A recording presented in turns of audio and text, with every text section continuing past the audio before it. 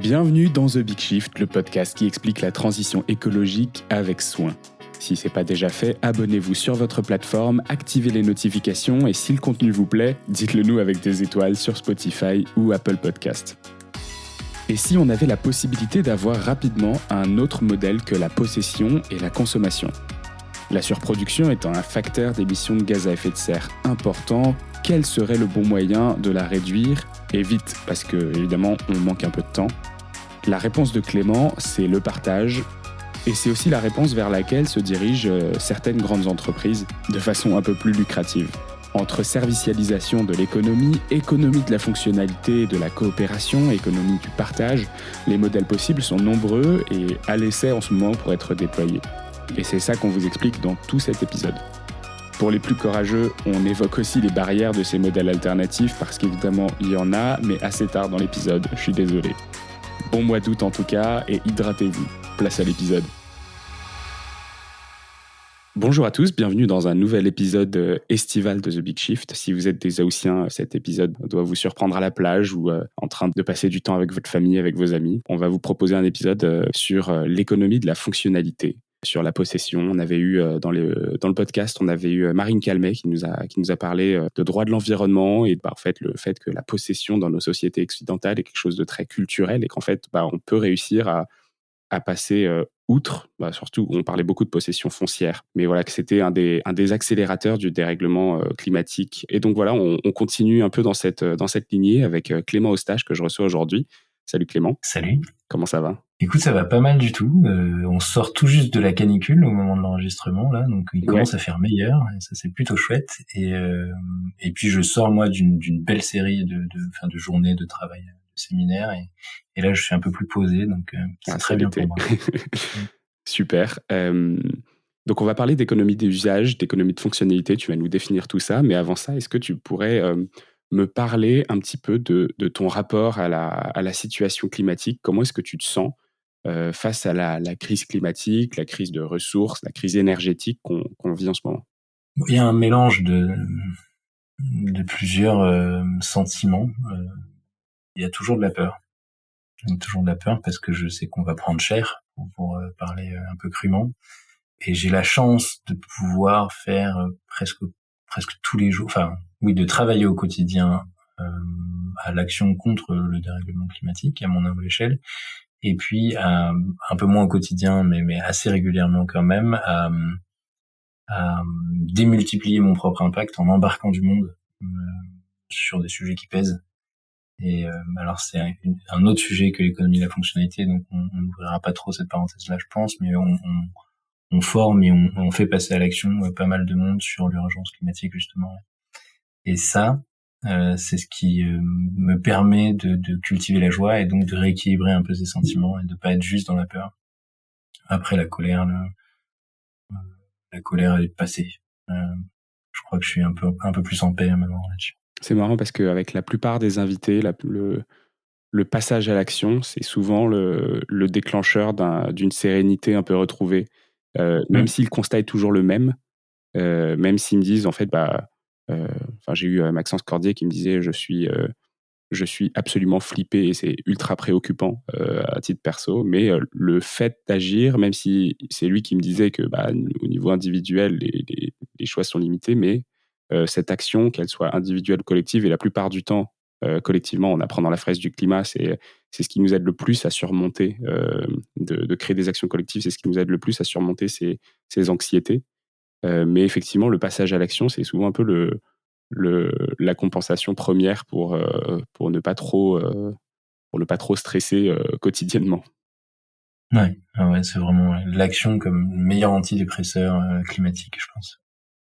Est-ce qu'on peut commencer peut-être du coup cette discussion sur le rapport qu'on a à la possession ? Donc, je ne parle pas forcément de possession immobilière ou foncière, mais notre possession matérielle. Quels sont les constats de notre système de consommation aujourd'hui ? Les constats, on est dans une culture de la propriété et pas du tout que foncière, effectivement. On a besoin chacun de son quelque chose. C'est marrant, dans les années 90, on en reparlait il y a 2 jours, dans les années 90, il y avait un téléphone pour la famille entière. Maintenant, chacun son téléphone. C'est difficile à concevoir un téléphone partagé pour toute la famille, et en plus qui est partagé pour l'usage du téléphone et l'usage d'Internet. Donc, si tu veux Internet, tu peux plus téléphoner.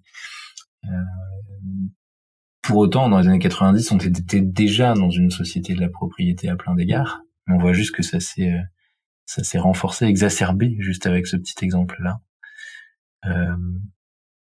On dirait qu'on ne peut pas envisager l'accès, on va en parler, mais on peut pas envisager de jouir de quelque chose sans le posséder. Et est-ce que tu as des éléments qui peuvent nous aider à comprendre un peu l'importance de cette culture? Est-ce que déjà elle est strictement occidentale, ou est-ce qu'elle est mondiale? Quels sont les grands chiffres en fait de cette économie de consommation? Alors je suis un sensible plus qu'un expert, donc je vais t'apporter quelques éléments que je connais ou que j'ai retenus, mais je suis pas un homme, enfin pas pour ces choses-là. Je pense pas être un homme de chiffres très pointu, plutôt un homme d'image peut-être. Alors chez nous, dans notre civilisation et en particulier en France, je peux donner une image intéressante, c'est nos possessions, ce qu'on a chez nous dans un foyer moyen. Si on prend le poids de tous les petits objets qu'on possède, c'est un hippopotame par personne. Par personne. En poids. Ok. Ouais. Donc c'est assez impressionnant. Et après, si tu veux savoir les ressources qu'il a fallu mobiliser, donc le nombre de kilos, de tonnes qu'il a fallu mobiliser pour produire tous ces objets, ben tu multiplies par, à l'ordre de grandeur, c'est 15, 16, quelque chose comme ça. Donc 16 hippopotames. Il nous faut 16 hippopotames pour créer un hippopotame d'objets qui sont utilisés peut-être 3% du temps, 5% du temps, je sais pas. Ouais, alors ça dépend des objets. La stat un peu choc que tout le monde connaît, c'est la perceuse qui sert plutôt 1 heure dans toute sa vie. Une stat qui souvent étonne, c'est quand je parle des vélos. Et un vélo en France, c'est 1 heure par an en moyenne. Donc ça veut dire que ça dort 99,986% de son temps quand on fait le ratio. Et là, on se rend compte qu'on a une utilisation hyper inefficiente de nos ressources en fait. On extrait, on produit des tas de choses pour que chacun puisse posséder son machin et son bidule, que ça soit son vélo, sa trottinette, son rasoir électrique, tout ce qu'on veut, et on s'en sert quasiment pas. Pour la plupart des objets qu'on consomme, enfin qu'on possède, on s'en sert très très très très peu. Ouais. Alors, si je prends l'exemple du rasoir électrique, je serais quand même mal de le partager avec mon voisin, par exemple, et pas pouvoir l'utiliser quand j'en ai envie. Il y a des choses quand même qui sont un peu plus compliquées à partager aujourd'hui. Et je pense qu'effectivement, mais c'est un bon exemple des barrières qu'on peut avoir aujourd'hui. On en reparlera tout à l'heure, mais peut-être qu'en fait, dans 5 ans, ça me paraîtra évident que sur le palier, on a on a une serpillière pour les 2 couples qui vivent sur le palier. On a peut-être les mêmes produits de ménage qu'on a en commun, j'en sais rien. Un aspirateur, une serpillière, fait toutes ces petites choses-là, effectivement, tiens, c'est marrant, mais dans les bureaux qu'on a pris à Euratechnologie à Lille, nos premiers, alors on a changé plusieurs fois de box, on va dire, chez eux. Nos premiers voisins avaient un aspirateur et nous avaient dit n'hésitez pas à venir le chercher quand vous en avez besoin. Et maintenant, c'est à notre tour, parce que à la maison, on en avait un qui était vraiment plus du tout adapté à notre usage, et donc j'ai ramené l'ancien ici une fois qu'on a changé, enfin au bureau. Et c'est nous qui prêtons l'aspirateur à nos nouveaux voisins. Oui, moi, le seul exemple que j'ai en tête là-dessus, c'est la tondeuse à gazon qui passait de main en main dans le quartier chez mes parents. Mais effectivement, ça avait du sens, quoi. J'ai un copain qui est revenu, il est expatrié en Thaïlande, et quand il a acheté sa maison en métropole lilloise, là, au moment de s'installer, un des premiers trucs que lui a dit leur voisin, c'est surtout n'achète pas de tondeuse. Mais pourquoi? Il a dit, bon, on en a une, on l'a fait tourner à 4 ou 5 maisons, ça marche super, ce serait couillon que t'en achètes une. Et je trouvais ça génial de se dire, ça y est, il y a des endroits où ça se passe de manière spontanée, quoi. C'est pas encore fait, c'est pas encore généralisé, c'est pas encore sur tout, évidemment, mais ça vient. Mm. Après, je pense avoir. Tu me disais au niveau du monde, est-ce que c'est généralisé, est-ce que c'est spécifique à chez nous? Le problème, c'est que l'influence de la culture occidentale a été bien étalée un peu de partout. Et je suis pas un expert de l'étude des civilisations et des différentes cultures, mais j'ai vécu un peu en Chine et on est quand même bien sur la possession maintenant, Ouais. un petit peu tout. Enfin, c'est une république communiste très capitaliste pour des communistes. Hein. Enfin, c'est très orienté pognon et possession.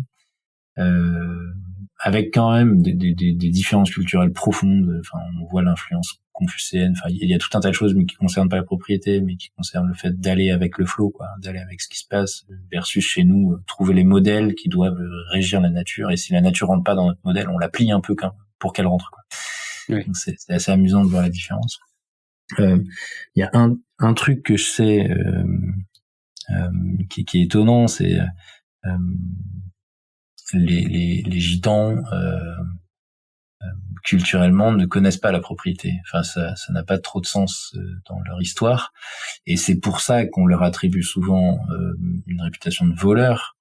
Alors maintenant, il y a une question d'intégration dans une société, de dire est-ce que on joue le jeu et les règles de la société dans laquelle on navigue. Hein, je questionne pas ça, mais ce qui est marrant, c'est que c'est beaucoup plus dur certainement pour eux, dans la mesure où historiquement, depuis toujours, la propriété, c'est un concept qui les dépasse, quoi.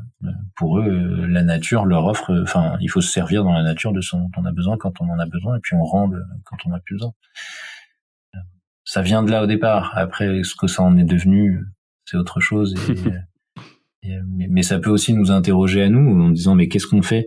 C'est toute la question de l'intégration versus l'inclusion, qui est encore un autre sujet que la possession ou quoi. Mais est-ce qu'on impose à l'autre de s'adapter à notre manière de faire systématiquement, ou est-ce qu'on peut aussi s'interroger sur la différence chez l'autre et comment on l'inclut, et donc comment nous on adapte notre manière de fonctionner pour que la personne puisse se sentir bien chez nous. Complètement. Tu disais du coup là que tu n'étais pas expert, que tu étais plutôt sensible à la question. Tu t'es pas présenté du coup, enfin je t'ai pas proposé de te présenter non plus, donc plutôt ma faute. Mais du coup, pourquoi est-ce que c'est avec toi aujourd'hui que je parle d'économie de la fonctionnalité? Est-ce que tu peux te présenter un peu plus en détail? Ouais, bien sûr. Je vais partir de ça, pas expert et sensible, parce que en fait, ce que je fais, ça part de là. Ça part pas d'une étude, ça part pas de chiffres ou de choses rationnelles, et ça part de choses très ressenties. Enfin, il y a un truc qui va pas, j'agis. C'est ça qui s'est passé. Et donc, qu'est-ce qui s'est passé? C'est quoi l'action? Donc, je suis Clément, j'ai 36 ans, et en tout cas à l'heure où vous écouterez ça. Et puis, je suis le fondateur d'une entreprise solidaire d'utilité sociale qui s'appelle Share and Smile, comme partager et sourire. Et on a 2 grands champs d'action. Notre but à nous, notre mission, c'est d'aider les autres à faire le meilleur usage possible de leurs ressources. Évidemment des ressources matérielles, mais aussi des ressources immatérielles. On pourra probablement en toucher un ou 2 mots ensuite. Et sur la partie ressources matérielles, une des manières les plus élégantes et puissantes, en tout cas celle qui me plaît le plus, pour répondre à la question des pénuries, pour répondre à la question juste des problématiques énergétiques que suppose la production de tout un tas de choses qu'on n'utilise pas, c'est la mutualisation, c'est le partage. Et donc j'ai lancé une initiative autour du partage de matériel sportif quand j'étais encore salarié de chez Decathlon. Et puis j'ai poussé ça, et on m'a encouragé à sortir ce projet de Decathlon et à en devenir partenaire, et ça m'arrangeait bien parce que je voyais que je pouvais aller plus loin en étant dehors sur plus de sujets qu'en restant à l'intérieur. Ok.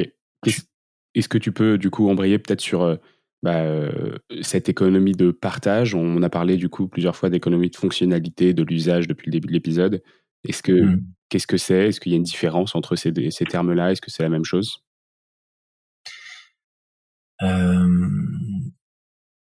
L'économie de la fonctionnalité, c'est l'ancien nom de l'économie de la fonctionnalité et de la coopération.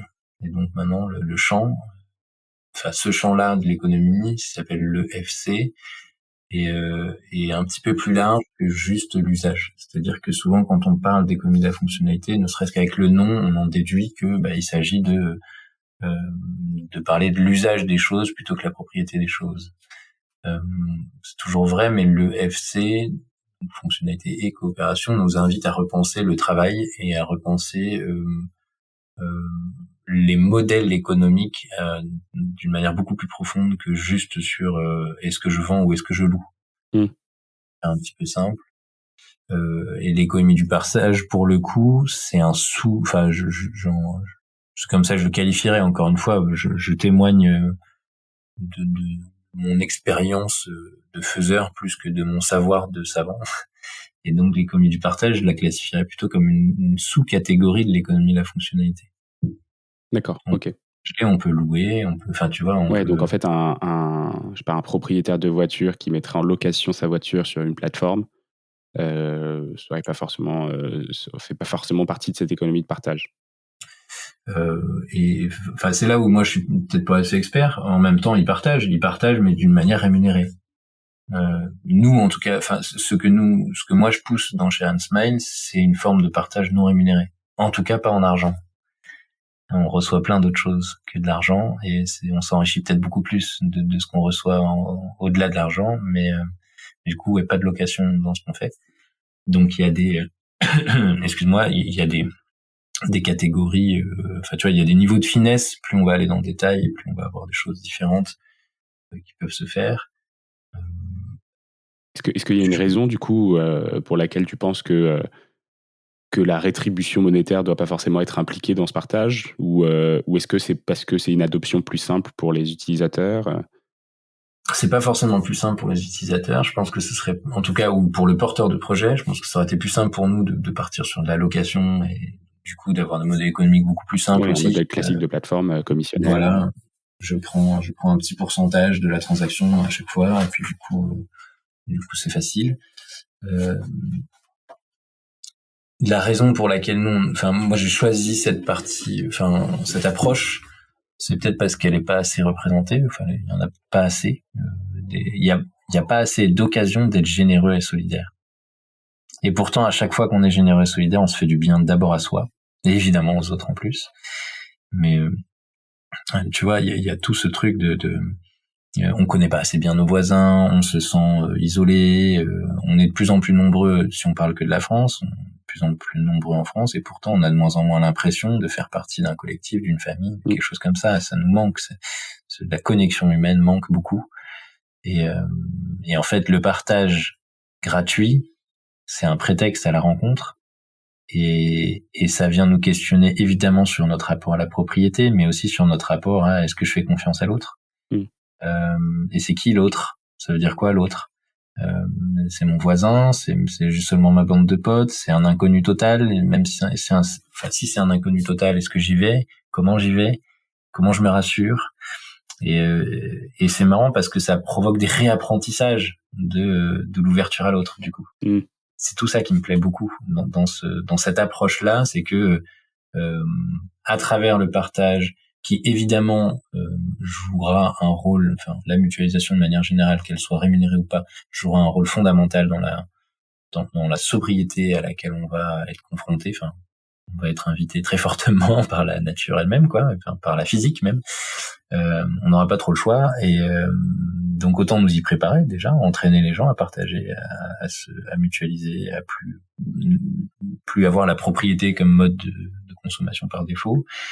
Mais au-delà de ça, ce que je trouve très chouette avec le gratuit, ou avec la non-location, mais le vrai prêt, c'est cette invitation-là à se reconnecter les uns aux autres, à redécouvrir d'autres gens, comment on crée du lien avec des gens qui sont très différents, qui n'ont pas les mêmes codes, qui sont pas dans les mêmes environnements, les mêmes milieux, etc. Et du coup, c'est un peu pâteau, tu vois, parfois c'est un peu maladroit, ça marche pas toujours très bien, mais c'est super en fait, parce que du coup, on réapprend, quoi. Et voilà. Donc je pense qu'il y a une visée d'impact social importante. Et je crois que je t'en avais parlé, mais je crois que j'avais oublié de t'envoyer le lien. On pourra peut-être le mettre pour si ça intéresse certains. Mais j'avais fait une sorte de conte qui parle de ça et qui dit en fait le matériel dort. Il n'y a pas que le matériel qui dort, il y a aussi le lien social qui dort. Et grosso modo, voilà, le résumé, c'est chez Athlon, notre plateforme de partage de matériel sportif, elle n'est pas là que pour réveiller le matériel qui dort, elle est aussi là pour réveiller le lien social. Après qu'on ait discuté la semaine dernière pour préparer rapidement cet épisode, alors moi je m'entends avec mes voisins de palier, on se connaît un peu. Je connais très bien les voisines du 3e étage qui sont des amies d'avant. En revanche, je connais pas du tout le reste de l'immeuble. J'ai demandé à des amis qui vivent essentiellement à Paris s'ils connaissaient leurs voisins, et dans 80% des cas, en fait, on se connaît pas. C'est un peu différent dans les autres villes. Mes parents qui habitent en banlieue, la plupart du temps, les parents de mes amis qui habitent en banlieue, ils connaissent plus leurs voisins. Mais il y a quand même une barrière, et j'ai pas réussi à déterminer laquelle. Pourquoi est-ce qu'on a du mal à aller demander des choses à ses voisins, ce qui se faisait beaucoup avant, ce qui se fait plus du tout aujourd'hui. Mais voilà, du coup, je sais pas, je pense à des applications qui ont déjà existé sur le partage. Il y a Nextdoor qui a pas vraiment marché. Pourquoi est-ce que en fait les gens ont peur de leurs propres voisins, et probablement plus dans les villes que dans les provinces et les campagnes. Mais d'où vient en fait c'est pas un rejet, mais cette bulle qui nous empêche en fait d'aller facilement, je sais pas, redemander des œufs, de la farine, un aspirateur, et ce partage. Ouais. Pareil, je suis pas un sociologue, donc je sais pas si j'ai toutes les réponses, mais j'ai une interprétation en tout cas qui vaut ce qu'elle vaut. C'est que je crois qu'on est devenu un peu handicapé. On a perdu cette capacité, tu vois, et il faut qu'on la redécouvre. On est handicapé du lien social. On sait bien maintenir du lien avec ceux avec qui on en a déjà, et souvent on va en avoir parce que c'est d'anciens collègues, ou parce que c'est des potes de potes, ou parce que c'est des potes du lycée, du collège historique, ou de la famille, et ou du club de sport où on va, enfin d'un truc où on se voit régulièrement, qui nous force un peu à briser la glace à un moment. Et au-delà de ça, on sait plus trop faire. Et ouais, je me dis, enfin tu vois, quand tu parlais tout à l'heure, je pensais à Brie Van de Camp dans Desperate Housewives, là. Tu sais, une nouvelle s'installe et forcément Brie va arriver avec un gâteau et puis dire bienvenue dans le quartier, etc. Oui. Et c'était, je pense qu'il y a une époque où on était éduqué à ça et on savait accueillir, et on savait aussi venir se présenter en disant je suis un nouveau, j'habite juste là, etc. Et je pense qu'on a plus, enfin que c'est plus du tout intégré ça dans la culture, et donc ça doit être que c'est plus transmis aussi, ou alors qu'il y a des choses qui sont transmises qui font interférence avec ça, tu vois. Et probablement que je pense que le climat que Nicolas Sarkozy avait nourri d'insécurité de l'époque, par exemple, je pense que ça a dû jouer aussi, tu vois, de se dire on sait jamais, on pourrait se faire agresser. Il y a plein de gens pas bien dans la rue, faut faire attention, faut vite rentrer chez soi et puis se verrouiller. Enfin, tu vois, il y a vraiment eu ça, pendant un moment en France, on parlait plus que d'insécurité, quoi. Et je pense vraiment que ça a pu contribuer. Je pense pas que ce soit du tout la seule explication, mais ça, plus un monde de la propriété du chacun pour soi, plus un monde un peu, tu sais, il y a l'inquiétude aussi. L'inquiétude, c'est un truc qui être en permanence dans la peur de perdre son pouvoir d'achat, être dans la peur de perdre son job, être dans la peur d'une guerre, de je sais pas quoi, enfin, ou dans la peur de plus plaire parce que la pub nous dit que si on n'a pas tel dentifrice, on va plus de la gueule et puis que du coup plus personne va nous aimer. Toutes ces choses-là, je pense que c'est ça auto-centre aussi. Et puis il y a une dernière chose à laquelle je pense, c'est l'argent. Alors je suis pas du tout un activiste, il faudrait supprimer complètement la monnaie, etc. Mais par contre, il y a des études qui montrent que la simple évocation de l'argent, même une évocation indirecte du genre parler de retraite, pas d'argent, suffit à rendre les gens plus égoïstes. Okay. Et c'est un prix Nobel d'économie qui est en fait psychologue, qui s'appelle Kahneman, Daniel Kahneman, si je dis pas de bêtises, qui avait mené des expériences là-dessus et qui montrait qu'effectivement des trucs tout bêtes, tu vois, un mec qui fait tomber un pot de crayon et combien de crayons le testé ramasse pour aider. Et donc des gens qu'on a induits un petit peu en parlant d'argent ou indirectement en parlant juste de système de retraite ou d'augmentation ou de choses comme ça, ramasse moins de crayons systématiquement. Ok, intéressant. Ouais, très intéressant. Et donc du coup, tu vois que la question de l'argent, à travers notamment le pouvoir d'achat, mais à travers tout un tas de choses, elle est omniprésente. Après, il y a aussi probablement le fait que l'accès à la propriété est de plus en plus simple, hein, pour des biens mobiliers, hein, je veux dire. Quand tu regardes, tu prenais l'exemple de la perceuse qui sert 1 heure dans la vie, mais en fait, une perceuse en termes de pouvoir d'achat, il y a 20 ans, c'était cher. Aujourd'hui, on peut avoir une perceuse bas de gamme pour 30 € et faire quelle est son heure de vie de toute façon dans l'année. Le résultat sera le même, et donc c'est tellement plus facile d'acheter et de pouvoir se dire après je peux faire ce que je veux quand je veux. Ouais, rendre accessible, c'était ça pendant longtemps. C'est un truc sur lequel j'ai beaucoup taquiné mes copains chez Decathlon en leur disant c'est bien, il y a 40 ans, maintenant presque...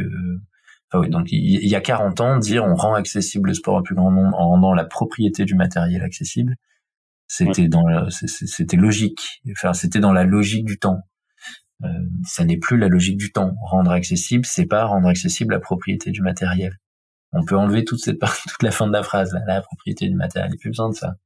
D'ailleurs, est-ce que tu peux nous expliquer, on vient de parler un peu de pouvoir d'achat, un peu de ce côté un peu égoïste qui peut ressortir dès qu'on parle argent.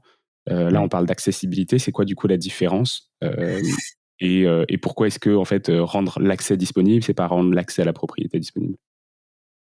En fait, l'accès à la propriété, c'est une manière d'accéder à une pratique, par exemple. Si on parle de sport, mais ça s'applique à n'importe quoi, mais évidemment, pour pratiquer le sport, il faut le matériel adapté. Si tu veux faire du tennis sans raquette, c'est compliqué. Ça risque d'avoir mal aux mains à force. Et ne pas faire des services très puissants. Donc, t'as besoin d'une raquette. T'as pas besoin de posséder une raquette. Ça change tout. C'est-à-dire, en fait, j'ai besoin d'avoir une raquette en main le temps du match. Le temps de la séance, quoi. C'est tout de ce dont j'ai besoin. Et là, ça ouvre un champ des possibles. En se disant, mais dans ces cas-là, ça peut être le terrain de tennis qui gracieusement prête les raquettes parce que de toute façon, il est rémunéré sur la location du terrain. Ça peut être un magasin qui prête gracieusement parce que il se dit si la raquette il l'aime bien, le jour où il pratique intensément, il va l'acheter. Ça peut être de la location, ça peut être Jean-Michel qui me la prête parce qu'il veut m'initier au tennis et que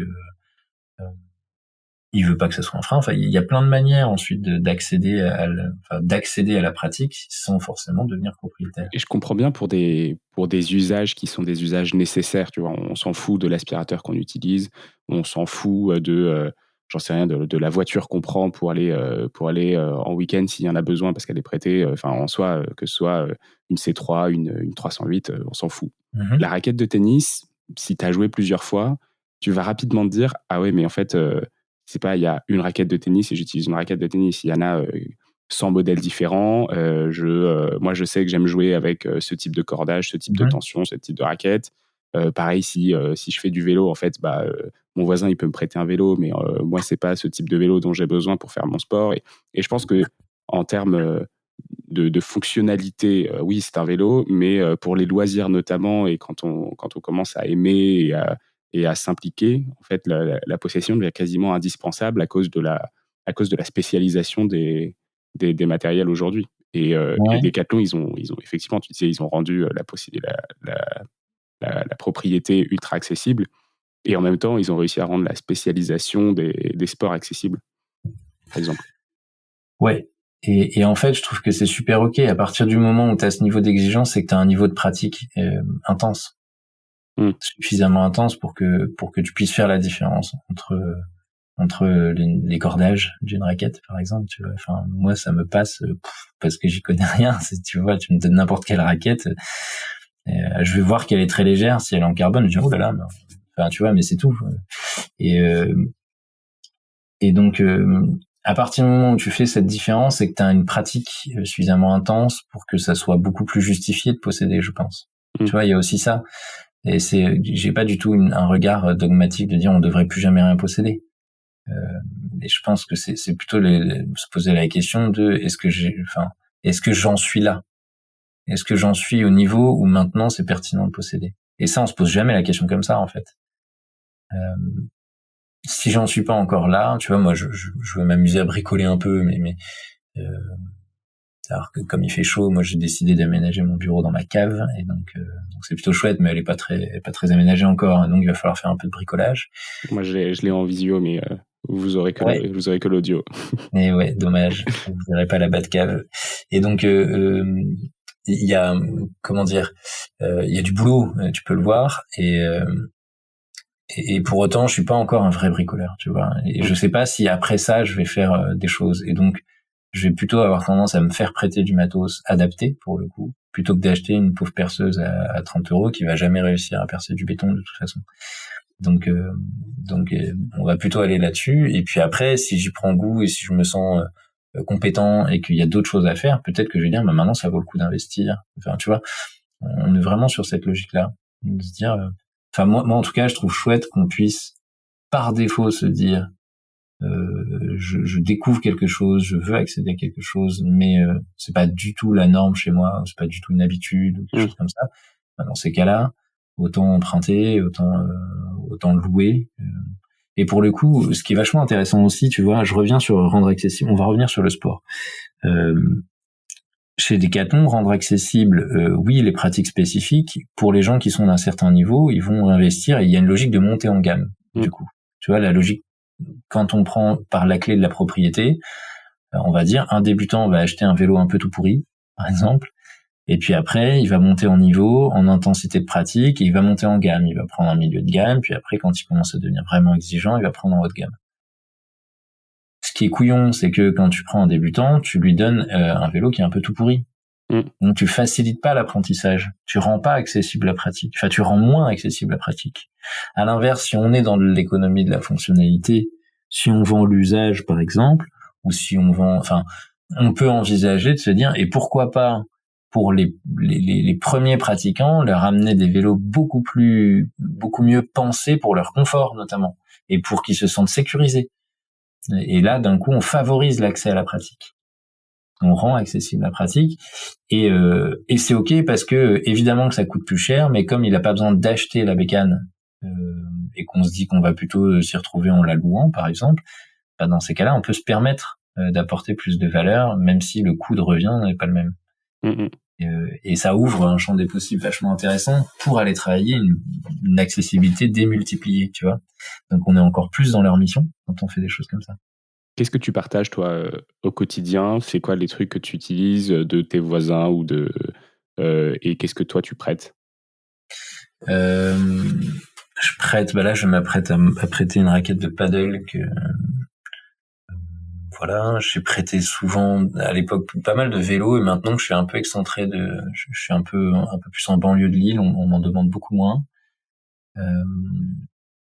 Ce que je prête, alors je sais pas, je pense à un truc, tu vois, qui était intéressant, mais pendant un moment, j'étais parisien et j'avais pas besoin de ma bagnole, et pendant 2 ans, je crois, j'ai prêté ma bagnole à un copain. Ok. Je me disais, bof, j'en ai besoin 2 fois dans l'année, au pire, il me la passe à ce moment-là, quoi. Ça peut être beaucoup, enfin, en fait, moi, si on vient me demander, je prête à peu près tout. Bon, ma compagne, c'est peut-être la limite, mais je considère pas que je la possède en même temps. Si on vient me demander, je prête à peu près tout, et je suis probablement un plus gros emprunteur qu'un prêteur, parce que du coup, je suis très décomplexé avec ça. Ouais. Et les gens me le rendent bien, c'est-à-dire que, en fait, la plupart des gens sont contents de rendre service. Et donc, on a souvent une sorte d'autocensure à dire, bah non, je vais pas les emmerder ou je sais pas quoi, mais en fait, ils sont contents. Donc, ce qui se prête, ce qui s'emprunte beaucoup, moi j'ai beaucoup emprunté des échelles, des tailles haies. Alors, j'avais un pauvre taille haie électrique, mais qui était un peu limite pour la haie qu'on avait avant de déménager, par exemple, et j'empruntais chaque année à mon voisin un taille haie thermique, et puis je faisais un petit plein de carburant de temps en temps pour le remercier. Enfin, ça me paraissait logique en même temps. Et parce que mon tailleur était pas du tout adapté, mais j'aurais trouvé ça dommage d'en prendre un autre, quoi. Donc voilà, ça peut être un petit peu de tout. Je prête mes bureaux, c'est-à-dire que j'ai par exemple un copain qui a travaillé chez nous pendant un moment et qui revient régulièrement se poser pour bosser depuis chez nous, tu vois. Je suis très content qu'il se sente à la maison comme ça. Ouais, ça peut être un petit peu de tout. Mais je pense que j'emprunte plus que je prête. Okay, bah après, en fait, effectivement, quand on commence à évangéliser le non-besoin de propriété, évidemment, bah, on est le premier à acheter moins et donc on est le premier à avoir besoin d'emprunter peut-être par rapport à des gens qui n'ont pas de problème avec l'achat. Ouais, certainement. Donc ça, c'est au niveau individuel. On parle beaucoup en ce moment, alors on a pas mal parlé de Decathlon déjà, mais de lancement de nouveaux modèles de consommation par les grands distributeurs, par les marques qui tournent plus autour de l'achat, mais alors de la fonctionnalité, mais la plupart du temps sous forme d'abonnement. Est-ce que c'est quelque chose qui est, qui est voué à être ultra accepté et complètement normal? Est-ce qu'on en est encore au début? Où est-ce qu'on en est? J'espère que ça deviendra ultra accepté, voire la solution par défaut. C'est un peu ce qu'on se disait, ou la solution pour démarrer. Tu vois, démarrer par la fonctionnalité, démarrer par acheter l'usage, consommer l'usage, et ensuite passer à la propriété quand c'est pertinent. C'est vraiment ça, ce truc. C'est un peu mon rêve, ce pourquoi j'agis. Enfin, une des raisons pour lesquelles j'agis, c'est ça. C'est que un jour on soit dans un monde où la mutualisation c'est la solution par défaut, et puis ou la location aussi, hein, mais c'est une forme de mutualisation en fait. Et puis la propriété on passe à la propriété quand ça devient pertinent. Est-ce que c'est ce qui va se passer? Donc je l'espère, mais je peux pas prédire l'avenir plus que nos économistes qui se trompent à chaque fois. Donc non, mais ça, personne n'est capable de prédire. On a des machines de dingue et des satellites et des points de mesure de partout pour prédire la météo, et on voit bien qu'on se plante très régulièrement sur la météo. Donc d'où on pourrait prétendre prédire ce qui va se passer. Je l'espère et j'agis pour, et je vois qu'il y a de plus en plus de gens qui agissent pour, et je vois que ça glisse, que ça bouge vers ça. Donc il y a de bonnes chances, que ça arrive, et il y a de bonnes raisons de se réjouir que ça glisse vers ça. Ça, pour le coup, je peux l'affirmer. J'en parlais avec Michael Roguet, qui est le directeur de la transition énergétique et écologique chez Boulanger, qui me disait qu'ils étaient en train de transformer un peu le business model complet de l'entreprise. Ça paraît énorme quand on parle d'un distributeur qui a plus de 10 000 salariés. Ils sont en train de passer à un modèle qu'il appelle un modèle de produit, un modèle de service, où en fait, ils essaient de mettre en avant effectivement la location, même d'outils où on se dit pas forcément possible de louer et de ramener en magasin. Ils disaient en fait, on loue des matériels pour faire des raclettes.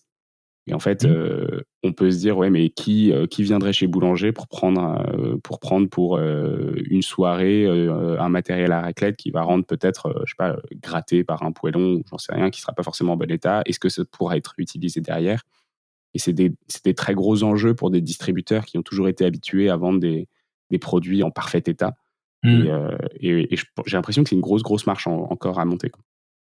Ouais, mais ce qui est super chouette, c'est qu'il la travaille. Tu vois, Mika est super là-dessus. Enfin, on parlait des appareils à raclette, c'est rigolo. On a envisagé notamment des choses, et d'ailleurs ça se travaille avec Decathlon notamment, de se dire que ça peut, que après, ça peut ne pas être que le distributeur qui devient prêteur. Tu vois, parce que grosso modo, l'idée c'est de se dire on va louer certaines choses.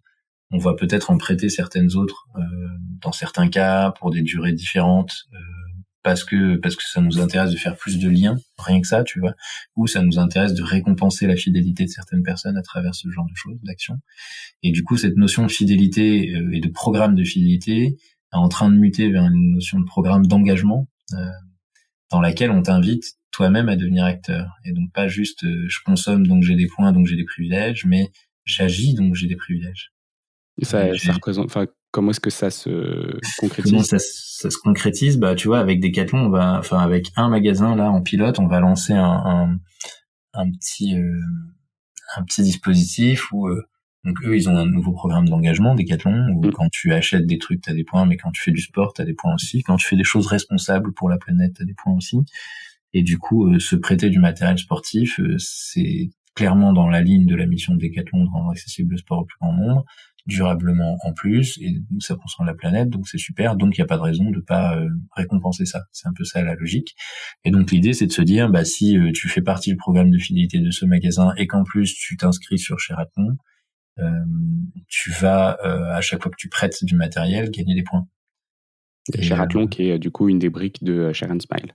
Oui, c'est notre plateforme de partage de matériel sportif entre particuliers, qui changera peut-être de nom dans les mois à venir, mais qui historiquement, comme j'avais créé chez Decathlon, c'était appelé Sheraton, et quand j'étais sorti, j'avais demandé aux utilisateurs s'ils voulaient qu'on change le nom, ils avaient dit non, on l'aime bien, donc on l'avait gardé. Donc voilà, il y a des choses comme ça qui sont en train de se mettre en place, et avec Mickaël, on avait imaginé un petit peu le même genre de solution en disant mais finalement si les personnes, les membres d'un programme de fidélité se prêtent entre eux, c'est aussi moins de sollicitations du magasin pour prêter, et donc ils jouent le jeu ils deviennent acteurs, ils jouent le jeu et on peut les récompenser à ce titre-là, quoi. Okay. Je savais même pas que vous connaissiez, tu vois. Ah oui, on n'est pas du tout rentré en contact via Mickaël, donc c'est marrant. C'est vrai. Après, économie de fonctionnalité à Lille. Bon, c'est pas une niche, mais c'est pas non plus énorme. Non, après, je connais pas tous les gens de l'écosystème lillois qui agissent pour transformer les modèles économiques, mais j'en connais quelques-uns, effectivement, et puis, qui est très chouette. Est-ce que tu veux nous parler peut-être un peu de Share and Smile, comment est-ce que n'importe qui peut s'inscrire, comment ça fonctionne, quel est le business model autour? Ça marche. Je fais une mini parenthèse juste avant parce que je voulais souligner que tu as parlé de servicialisation. Ce que Mickaël a dit, c'est on veut changer de modèle et on veut rentrer dans un modèle de service, et ça c'est super important. C'est l'économie de la fonctionnalité et de la coopération. Elle est pas là juste pour dire on va vendre l'usage, mais par contre c'est une invitation forte à servicialiser, justement. C'est-à-dire plutôt que d'être sur un modèle économique industriel de volume, on va plutôt penser le service. Qu'est-ce qu'on peut ajouter? Comment on peut démultiplier la valeur qu'on apporte à l'autre?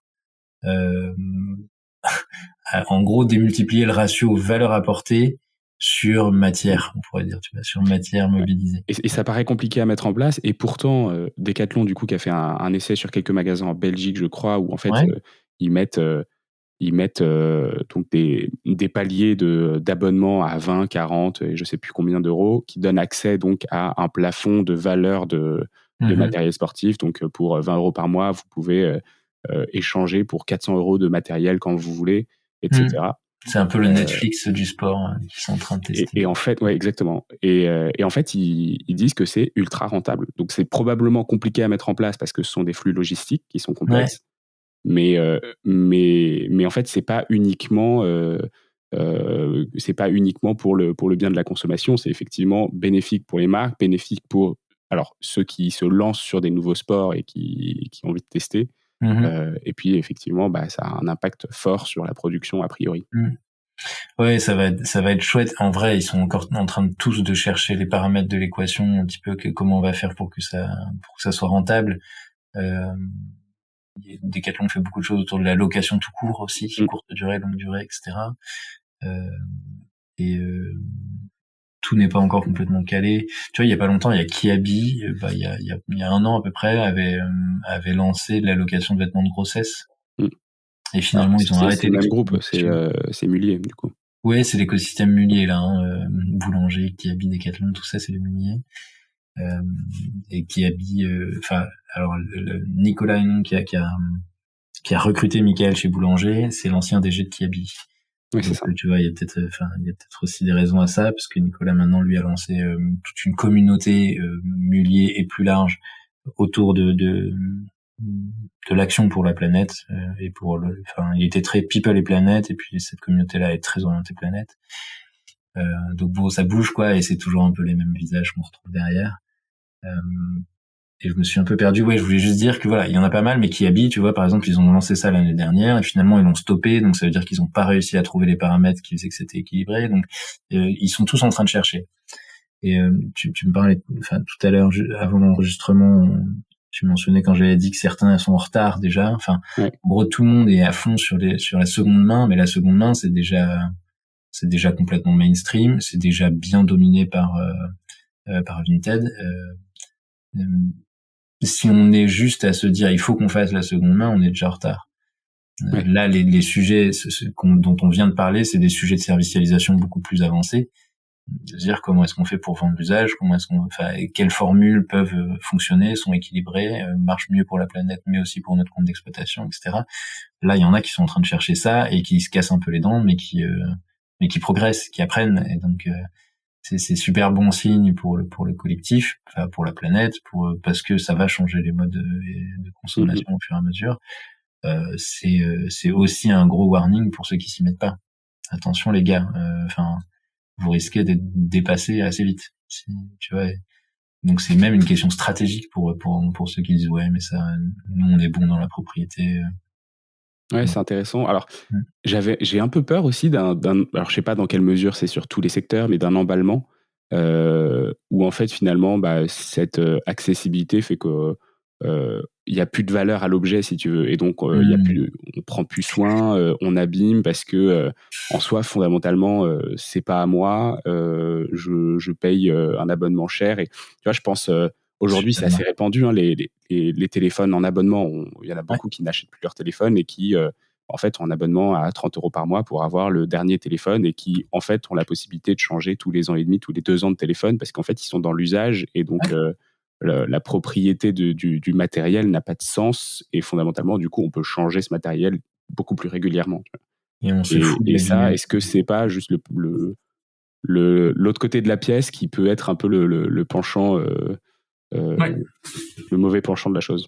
Carrément, de la même manière que Vinted par exemple ne communique pas sur le fait que quand tu prends du seconde main, c'est bon pour la planète. Il communique sur t'en veux plus, revends-le et achète autre chose. Donc consomme encore plus vite, raccourcis les cycles. Donc le message est complètement à l'opposé de ce que j'aurais voulu qu'ils mettent, parce qu'ils auraient pu, tu vois, en disant mais en fait dès que tu utilises Vinted, t'es un soldat du climat, c'est trop bien, tu vois. Non, c'est pas ça qui se passe.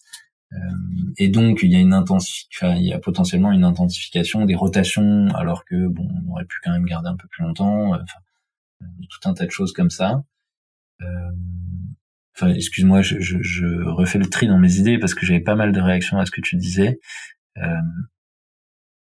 Il y a ce côté, moi, c'est un sujet pour lequel, il y a eu une vraie réflexion, notamment, tu vois, sur Sheraton. Il y a souvent eu l'idée de dire, mais si on faisait des casiers connectés, dans lesquels on pourrait laisser les objets sportifs, et du coup, les gens pourraient venir se servir, etc.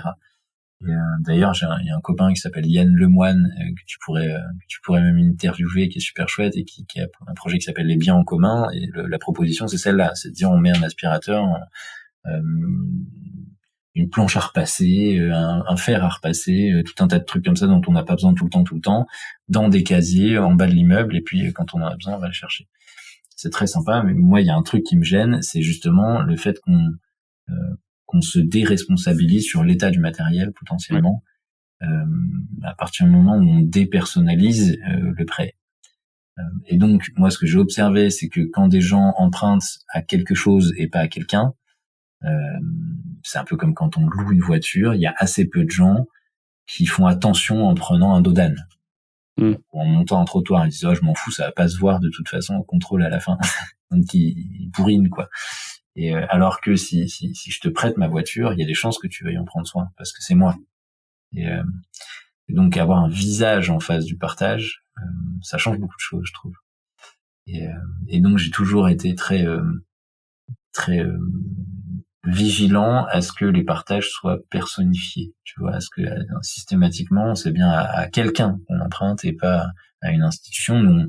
Notamment, tu m'as demandé de parler de modèle économique, je vais le mentionner un petit peu, mais sur la partie partage, comme on a une plateforme complètement gratuite, sans revente de données personnelles, sans publicité et sans transaction entre les utilisateurs, donc sans captage d'un petit pourcentage de ces transactions, il a fallu être malin pour trouver d'autres manières de se rémunérer là-dessus. Et une des manières, c'est de permettre des communautés de partage privées pour les collaborateurs d'une entreprise ou d'un site ou des choses comme ça.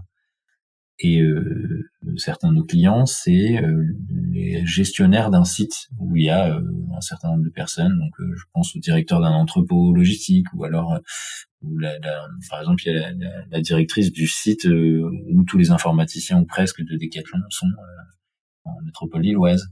Et eux mettent à disposition un parc de matériel à leurs collaborateurs. Et donc, on pourrait se retrouver dans ce cas-là, tu vois, de se dire, mais finalement, c'est pas quelqu'un, c'est l'entreprise qui me met à disposition, et donc je m'en fous un petit peu. Et d'ailleurs, on a eu des écarts comme ça au début. Des gens qui rendaient des vélos dégonflés sans prévenir, ou des choses comme ça. Et en fait, on a toujours voulu que, quand c'est le site qu'il y ait une personne relais, que ça soit à l'accueil ou que ça soit quelqu'un d'autre de l'équipe, qui prête et qui donne la clé de l'antivol et qui fasse un petit brief et il y a un vrai échange entre des personnes. Et ça, c'est vachement important pour moi. Et le dernier truc qui m'est venu quand tu m'as parlé de ça, c'est que moi, je me suis rendu compte que j'ai longtemps été non matérialiste. Tu vois, je me dis, non, je ne suis pas un matérialiste. Du coup, c'est d'ailleurs difficile pour mes proches de me faire des cadeaux, parce qu'ils savent jamais trop quoi m'offrir. Et maintenant, je me redéfinis, enfin, j'ai une nouvelle définition du matérialisme dans laquelle je me retrouve, c'est prendre soin du matériel pour éviter de devoir le remplacer. Donc j'étais non matérialiste, du coup je prenais pas soin du matériel parce que je m'en fous du matériel. Tu vois, pendant longtemps c'était ça. Et donc je pouvais abîmer des choses parce que j'y faisais pas assez attention. Et maintenant je commence à basculer en sensibilité sur ça, en me disant non, en fait les choses, même si je me considère pas comme matérialiste, je dois les chérir, les soigner, les choyer, juste parce que c'est des ressources qui ont été mobilisées et que plus longtemps on les maintiendra en état et plus on agira pour la planète. C'est complètement mon point de vue, et d'ailleurs on me reproche souvent de faire un peu trop attention à mes affaires parce que j'ai pas envie de les remplacer. On me reproche d'être un peu trop soigneux. Ouais. Et du coup c'est un autre regard, tu vois, c'est pas enfin, je le vis beaucoup mieux que ce regard de matérialiste qui prête de l'attention aux choses. C'est pas le sujet en fait, je m'en fiche d'avoir des choses ou de pas avoir des choses, vraiment. Mais par contre si j'en ai, c'est une lourde responsabilité. Tu vois, il y a ça qui est en train de venir chez moi. C'est marrant. Et donc voilà pour les petites réactions à ce que tu venais de dire. Et puis comme tu m'avais invité un peu à parler de chez Hans. Ouais, du coup juste avant ça, je rebondis sur ce que tu dis, parce qu'on parle beaucoup de choses matérielles et tu disais partage de choses immatérielles aussi. À quoi ça correspond? Et parce que évidemment là il y a moins ce problème de mise en état, de faire attention. Qu'est-ce qu'on prête qui est immatériel? Qu'est-ce qu'on prête qui est matériel? On peut prêter des talents, par exemple, des expertises. Donc nous, on a lancé une plateforme de partage de talents, enfin de mise à disposition de main-d'œuvre. Main-d'œuvre, je trouve ça un peu pas très valorisant, mais le terme légal juridique, c'est la mise à disposition de main-d'œuvre à but non lucratif. J'ai oublié temporaire, mise à disposition temporaire de main-d'œuvre à but non lucratif. Mais on essaye de favoriser les vases communicants entre des employeurs pour des problématiques de sureffectifs, sous-effectifs qui peuvent se compenser et qui pourraient permettre de sécuriser des emplois et en plus de créer des échanges, des transferts de culture, tu vois, entre des établissements. Mais ça peut être aussi juste pour des problématiques de pénurie de certaines expertises ou j'ai besoin ponctuellement de cette expertise-là, de ce talent-là, mais ça se justifie pas que je recrute quelqu'un durablement là-dessus. Ça peut être à l'inverse aussi, tu vois, je discutais avec encore une enseigne de la Galaxie Mullier, mais qui voulait valoriser les talents de ses collaborateurs. Donc là, c'était plus pour les valoriser vraiment et puis les faire se sentir désirables et valables. Et donc là, l'idée, c'était qu'ils puissent mettre leur expertise à profit d'autres de temps en temps pour se faire valoriser à travers ça. Je trouvais ça assez chouette. Et donc voilà, il peut y avoir ça. Nous, on agit là-dessus. Il peut y avoir tout un tas de choses. Ça peut faire le partage d'expérience, le partage enfin, l'immatériel. Ça touche beaucoup à l'humain. Et du coup, je me régale avec ça. Mais du coup, c'est souvent moins catégorisé, moins fort. Après, tu vois, il y a un truc sur lequel on travaille beaucoup, mais qui est, je sais pas si on doit parler de partage, mais on travaille beaucoup sur l'immatériel à travers l'intelligence collective d'un côté. Et il s'agit de partager son intelligence, on pourrait le dire comme ça, mais il s'agit de combiner des choses qui se seraient pas combinées toutes seules spontanément. des idées, des sensibilités, des choses comme ça, et de faire quelque chose de nouveau, de plus profond, de plus large, de plus fort, de plus tout ça. Un peu le 1 + 1 = 3, tu vois, qui est un peu bateau à dire comme ça, mais qui se vérifie vraiment quand on a les bons outils d'intelligence collective.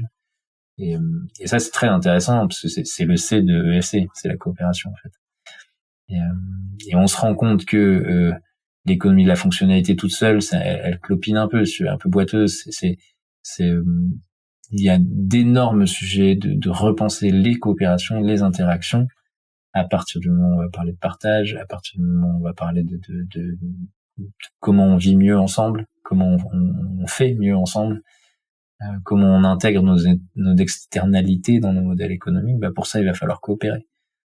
Que ça soit une externalité positive ou négative, tu vois, l'apiculteur qui permet à l'agriculteur du coin d'avoir des rendements plus importants sur ses fruitiers parce que il y a plus d'abeilles. Comment s'il réclame de l'argent à l'agriculteur, c'est mort, ça va pas venir comme ça. Mais par contre, il y a probablement des choses à faire ensemble quand même, tu vois. Et donc, il pourrait lui réclamer de mettre quelques fleurs aussi entre ses arbres. Enfin, je dis n'importe quoi, tu vois. Mais à partir du moment où on prend conscience des effets utiles et néfastes aussi qu'on peut avoir sur les autres, alors il va falloir commencer à coopérer. Il va falloir discuter c'est passionnant. À partir de là, ça devient passionnant. Mais c'est beaucoup moins théorisable et catégorifiable. Donc, on pourrait faire une série d'exemples de tout un tas de choses, mais en faire une cartographie claire, c'est beaucoup moins simple. C'est pour ça que, par exemple, l'économie de la fonctionnalité de la coopération, c'est une doctrine, une culture qui se développe lentement, parce que tu mets beaucoup de temps à mettre le doigt dedans et à comprendre tout ce qu'il y a à l'intérieur, et qu'on peut pas le résumer en 2 phrases. Enfin, voilà, bref. Est-ce que j'ai répondu à ta question, parce que j'ai encore un peu des questions? Très bien. Très bien. Très bien. Est-ce que du coup tu veux nous expliquer un peu où vous en êtes avec Share and Smile avant qu'on termine cet épisode? Ouais, donc Share and Smile, c'est une petite... là, on a 3 ans et demi, donc on a passé le cap des 3 ans où souvent on se dit qu'il y a... je crois que c'est une entreprise sur 2 qui passe pas ce cap-là, donc c'est chouette. Avec un Covid au milieu, donc je me dis que ça va, on a réussi à prendre un peu racine. Et notre cause, c'est préserver, valoriser les ressources, matérielles comme immatérielles, individuelles comme collectives.